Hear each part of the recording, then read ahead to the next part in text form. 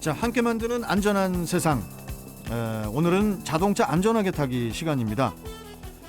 그동안 내가 타는 자동차여도 이건 진짜 모르겠다 하는 자동차에 대한 각종 궁금한 점들 여러분들 많으셨죠. 지난주에 이어서 자동차 안전하게 타기 시간에서 이러한 궁금증들을 명쾌하게 풀어드리도록 하겠습니다. 자동차 무엇이든 물어보세요. 애니카랜드 문학점 대표 이분하고 아까 대화하다가 온에어가 켜져가지고 고동원 병장님 모셨습니다. 안녕하십니까? 네, 안녕하세요. 어떻게 잘 지내셨죠? 예. 병장님 오늘도 질문이 많다 보니까 자, 여러분들 그 자동차에 대한 그 궁금한 점들 지금부터 단문 50원, 장문 100원의 유료 문자 샵 5001번, 샵 5001번으로 문자 보내주시면은 실시간으로 들어온 질문 문자들을 가지고 또 바로바로 명장님께서 답변해드리도록 하겠습니다. 자, 먼저 명장님, 네. 정선희님께서 질문을 주셨는데요. 제가 중고차를 한 대 알아보고 있는데요. 2007년형 SUV 중고차가 한 대 나왔는데 미세 누유가 있다고 합니다. 미세 누유는 괜찮은 건가요? 이런 질문이에요. 네. 명장님, 누수가 된다면은 이거는 우리 누굽니까? 정선희님께서 이 중고차를 구입하면 안 되는 거 아닌가요? 글쎄 누유 그러면 누유 어떤 부위라든지 누유 상태, 실제 얼마 정도 누유가 되는지, 또한 또 어떤 부위 중에서도 이제 우리가 실제로 손쉽게 정비할 수 있는 어떤 부품이 작게 들어가는 어떤 누유. 그런 누유는 상관없어요. 그렇죠. 그런 부분은 대략적으로 이제 누유가 많이 발생한 부분은 이제 앞에 이제 로컨 커버라고 그러거든요. 위에 상단 부위에 있는 커버. 뭐 흔히들 이제 잠박 커버 그렇게 얘기를 했었는데요. 로컨 커버 쪽에서 누유가 된다는 것은 그 자리 뭐 쉽게 이제 정비가 가능한 부분이고, 또 밑에 쪽 이제 어떤 거 오일 팬 쪽에 누유되는 부분도 이제 간단하겠지만은 이제 프론트 카바 쪽. 카바? 예, 앞에 타이밍 쪽이 들어간 부분이라고 있습니다. 그쪽에서 누수가 되는 건 위험한 겁니까? 예, 누유가 되면 좀 비용 발생이라든지 이런 부분에서는 고려해야 될 사항이라고 좀 봅니다. 자체가. 아니 근데 또 정선희님께서 보니까 2007년형 SUV라고 그러셨거든요. 네. 그러면은 뭐 10년이 넘은 차다 보니까 한 10년 정도 지나면은 보통 차들은 이렇게 미세하게 아니면 좀 많이 누수 같은 게 나오지 않나요? 그래서 관리 차원에서 보면 이제 관리 잘하면 누수가 안 나요? 10년 그렇죠. 지나도? 안 하지요. 그렇습니까? 네, 안 하는데 뭐 누유보다는 내부적으로 혹시 오일이 이제 소모된다면 그게 큰 문제겠죠. 이제 보이지 않는 부분. 근데 보이지 않는 부분은 우리 소비자들은 모르잖아요, 명장님. 그렇죠. 그걸 어떻게 합니까? 명장님이나 아시지. 그래서 혹시 이제 내가 어떤 중고차를 구입할 때는 어떤 거 오일 레벨 게이지를 이용해서 오일 게이지를 사용해 가지고 오일량이 얼마 정도 있는지 그걸 먼저 확인해야 되겠죠. 그래야 오일량이 많이 줄어져 있으면 이건 혹시 누수에 관련이 있는 거 아닌가, 이런 것도 파악을 할 수 있다라는 말씀이시죠? 그렇죠. 아마 중고차 구입할 때 그게 제일 중요한 부분이라고 봅니다. 제가 외관상 누유보다는 일반적으로 기계적인 내부에서 소모가 된다면 실제로 어떤 거 비용이 많이 발생이 되기 때문에 아마 그 엔진 본넷을 열어가지고 오일 레벨 게이지를 실제로 어떤 거 체크를 해가지고 구입하는 거 오히려 더 현명하다고 봅니다. 정선희님, 각 오일류별로 좀 체킹을 해서 레벨 게이지도 보고 그 다음에 그 누수된 곳이 어느 쪽이 누수가 된 건지 그런 걸 확인을 하면서 차량을 구매하시면 될 것 같습니다. 자, 그리고 지금 1200님께서 지금 문자 주셨어요, 명장님. 네. 차를 장기간 세워놔야 하는데요. 좋은 방법이 뭔가요? 이렇게 지금 차를 장기간 세워놔야 되는데 좋은 방법은 안전한 곳에다가 세워놓으면 가장 좋은 거 아닙니까?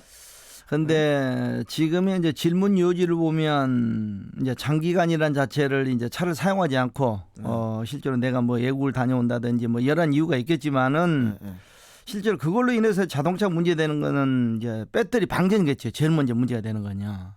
맞다. 장기간이니까 배터리 생각. 배터리 방전이 문제가 될 것이고, 두 번째는 이제 자동차를 사용하지 않고 장기간 이제 놔두다 보면 실제로 어떤 주행을 하게 되면 열이 발생을 해가지고 녹 발생을 하지 않거든요. 근데 주행을 안 하면 실제로 어떤 열이 전달되지 않기 때문에 녹이 발생한다고 보겠죠 자체가요. 그러니까 곰팡이라든지 여러 가지 어떤 자동차는 좋지 않습니다. 그러겠네요. 예. 그래서 지금 어떤 질문의 요지를 봤을 때는 뭐 장시간 차를 세워놓는다는 건 배터리 방전이 걱정되지 않을까 생각을 하고 있습니다. 그러면은 1200님은 그냥 장기간 세워놓으실 거면 차를 팔아라. 아니죠. 그건 아니시고요. 예. 배터리 마이너스 터미널을 탈거해놓고 배터리를 탈거를 하고. 그렇죠. 배터리 단자 하나를 탈거해놓고 실제로 내가 이제 배터리 단자를 탈거하게 되면 거의 방전율이 없거든요. 그렇죠. 예. 정상적으로 그대로 놔두고 이제 내가 어디를 다녀온다 그러면 배터리는 제일 먼저 이제 우리가 보면 이제 블랙박스라든지 아니면 자동차 시스템이 키를 빼고 문을 잠근다 하더라도 기본적인 어떤 컴퓨터에는 전기가 유입이 된다고 봐야 되겠죠. 작동이 돼야 되기 때문에. 그렇죠. 그래서 제일 큰 문제는 이제 어차피 뭐 블랙박스가 제일 큰 문제이기 때문에 배터리 마이너스 단자를 탈거해놓고 실제로 어디를 다녀온 게 낫겠습니다. 알겠습니다. 예. 아무튼 1200님 꼭 참고해 주시고 그리고 최민경님께서 지금 또 질문 주셨어요. 명장님 얼마 전부터 차를 타면은 이거 뭡니까? 기름 냄새가 나는데 원인이 무엇인가요? 여성 운전자라 걱정이 되네요. 부탁드립니다. 야, 차를 타고 가는데 기름 명장님 저도 이런 적 있거든요. 예. 저는 뭐였는지 아세요? 인젝터 쪽에 문제가 있었습니다. 네. 인젝터 그 카센터를 갔더니 인젝터를 교체해야 된다고 교체를 했더니 그때부터 차를 타고 가는데 휘발유 냄새가 안 나더라고요. 글쎄 이제 뭐 냄새 주행 도중에 이제 그 어떤 자동차 연료 냄새가 난다 그러면 이제 가솔린 차하고 이제 디젤 차하고 다르겠죠. 냄새 자체가요. 냄새 자체는 다르죠 좀. 연료 특성상 다르다고 보는데 일반적으로 뭐 실제로 보면 지금 같은 질문을 내용을 봤을 때는 어떤 뭐 연료라든지 아니면 엔진 오일이 누유돼 가지고 이제 어떤 마구라 쪽 엔진 오일 때문에 기름 냄새가 날 수도 있고. 그렇죠. 엔진 오일이 많이 실제로 어떤 누유가 되게 되면 그게 마구라 쪽에 실제로 흐르게 되면 그 가열돼서 이제 냄새가 날 것이고요. 마구라 쪽에서 새는데 차 안에서 냄새를 맡을 수가 있어요. 아니 엔진이 있으면 엔진 바로 붙어 있는 매니폴드가 이제 배기 쪽에. 배기 쪽에. 그렇기 때문에 엔진 룸이 마구라가 아니고. 배기 매니폴드 쪽에 이제 어떤 거기 접촉이 된다든지 아니면 뭐 가솔린이라든지 아니면 디젤 경우가 아까처럼 누유돼 가지고 실제로 냄새가 차 안으로 유입이 될 수 있다는 겁니다. 그럼 이거 어떻게 합니까, 최민경님? 차 이거 저 기름이 새는지 이걸 또 확인을 해야 되겠네요. 그렇죠. 정비업소를 실제 방문해 가지고요. 내 차의 자동차가 어디서 어떤 누유가 되는지 이런 것도 확인해 가지고 거기에 따른 정비가 필요하다고 봅니다. 자체가요. 최민경님 너무 걱정만 하지 마시고 바로 카센터 가세요. 기름이 새서 냄새까지 난다고 하면 위험할 수 있으니까 카센터 꼭 먼저 좀 가보시기 바라겠습니다. 자, 그리고 7821님께서 오늘 처음 오셨네요. 새싹마크 다시고. 명장님 그리고 육각수님, 저는 카니발 2010년형 타고 있는데요. 겨울에는 소음이 엄청 심해요. 봄, 여름은 괜찮고요. 아니 근데 왜 겨울철에만 소음이 심한 걸까요? 정비소에 가면 수리가 가능한 걸까요? 이런 질문입니다. 자, 뭐 겨울철 소음 그러면 엔진부에서 나는 소음이 있을 것이고요. 그렇죠. 아니면 주행 도중에 어떤 도로 상황에 따라서 이제 방지턱을 지날 때 그런 소리나 두 가지 유형으로 볼 수가 있는데요. 방지턱 삐걱삐걱. 예. 그래서 엔진 쪽에 소음이 난다 그러면 대부분 이제 어떤 벨트 쪽. 그렇죠. 벨트가 이제 겨울철 되면 온도가 이제 내려가기 때문에 아마 고무 제품이 딱딱할 겁니다. 자체가요. 겨울이니까. 그렇죠. 그래서 열이 받으면 좀 괜찮고요. 처음 초기 시동 걸 때 이제 나타나는 현상. 그 다음에 이제 실제 주행 도중에 어떤 도로 상황에 따라서 이제 그 소리가 난다는 것은 하체 쪽에 어떤 우리가 이제 잡아주는 어떤 바퀴를 이제 잡아주거나 어떤 모든 부품들이 이제 하체 쪽에 많이 있는데요. 그 부분들이 이제 부품이 이제 실제 부싱이라는 게 있거든요. 자체가요. 아니면 볼 조인트라든지.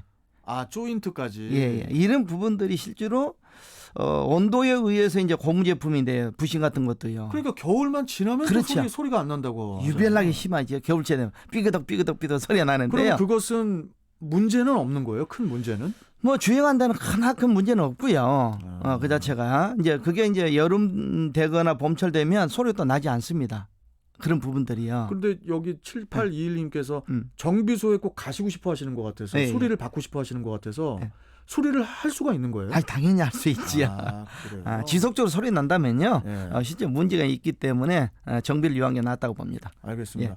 오늘 저 명장님 깔끔하게 오셨다고 그래서 그러신지 질문이 많이 들어오는데 좀 벌써 시간이 벌써요? 예, 이렇게 돼서 어떡하죠? 다음 시간 그냥 제치고 계속 할까요? 뭐 여기 방송되는 규정들이 해야 되겠지요. 알겠습니다. 예. 자, 오늘 말씀 여기까지 듣고 네. 예, 또 오늘 저 문자 주신 분들은 제가 이거 다 스샷 해놓고 있으니까요. 다음 주에 이어서 또 명장님께 또 바로바로 질문 드리도록 하겠습니다. 명장님 조심히 가시고요. 또 뵙겠습니다. 고맙습니다. 네, 감사합니다. 자, 한국폴리텍대학 자동차학과 교수 겸 애니카랜드 문학점 대표 고동원 자동차 명장과 함께 했습니다.